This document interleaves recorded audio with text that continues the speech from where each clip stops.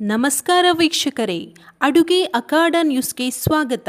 ಇಂದಿನ ಹೆಡ್ಲೈನ್: ಮಾವಿನ ಹಣ್ಣು ಸೀಸನ್ ಮುಗಿಯುವಷ್ಟರಲ್ಲಿ ಹಲಸಿನ ಹಣ್ಣು ರಾಜಕೀಯಕ್ಕೆ ಎಂಟ್ರಿ ಕೊಟ್ಟಿದೆ. ಈ ಹಲಸಿನ ಹಣ್ಣು ನಮ್ಮ ಮನೆಯದಲ್ಲ, ನಮ್ಮ ಆತ್ಮೀಯ ಸುನಿಲ್ ಅಂಕಲ್ ಅವರ ವಿಶೇಷ ಕೊಡುಗೆ. ಹೀಗಾಗಿ ಇಂದಿನ ಹೊಸ ರುಚಿಗೆ ಅಧಿಕೃತ ಸ್ಪಾನ್ಸರ್ ಸುನಿಲ್ ಅಂಕಲ್. ಇವರು ಹಲಸಿನ ಹಣ್ಣು ಮಾತ್ರ ಕೊಡಲಿಲ್ಲ, ಇವತ್ತಿನ ಎಪಿಸೋಡ್ಗೆ ಒಂದು ಕಥೆಯನ್ನೇ ಕೊಟ್ಟಿದ್ದಾರೆ.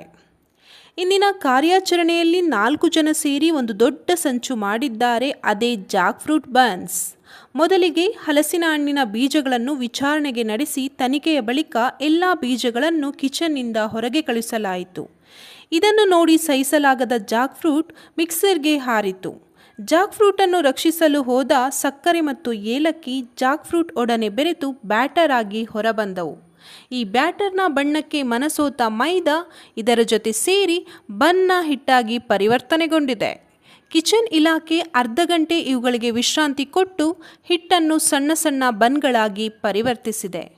ಬನ್ಗಳು ಎಣ್ಣೆಯೊಳಗೆ ಜಿಗಿಯುತ್ತಿದ್ದಂತೆ ನಮ್ಮನ್ನು ಗೋಲ್ಡನ್ ಮಾಡಲೇಬೇಕು ಎಂದು ಎಣ್ಣೆಯೊಂದಿಗೆ ಒಪ್ಪಂದ ಮಾಡಿಕೊಂಡಿವೆ.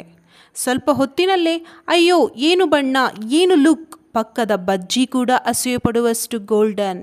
ಇಂದಿನ ವಿಶೇಷ ಸುದ್ದಿ: ಕೇವಲ 4 ಪದಾರ್ಥಗಳು, ಯಾವ ಬೇಕಿಂಗ್ ಪೌಡರ್ ಇಲ್ಲ, ಮೊಸರಿಲ್ಲ, ಈಸ್ಟ್ ಇಲ್ಲ. ಆದರೂ ಬಂದಿರುವಂತಹ ರಿಸಲ್ಟ್ ನೋಡಿ ಕಿಚನ್ ಇಲಾಖೆ ಕೂಡ ಆಶ್ಚರ್ಯ ವ್ಯಕ್ತಪಡಿಸಿದೆ.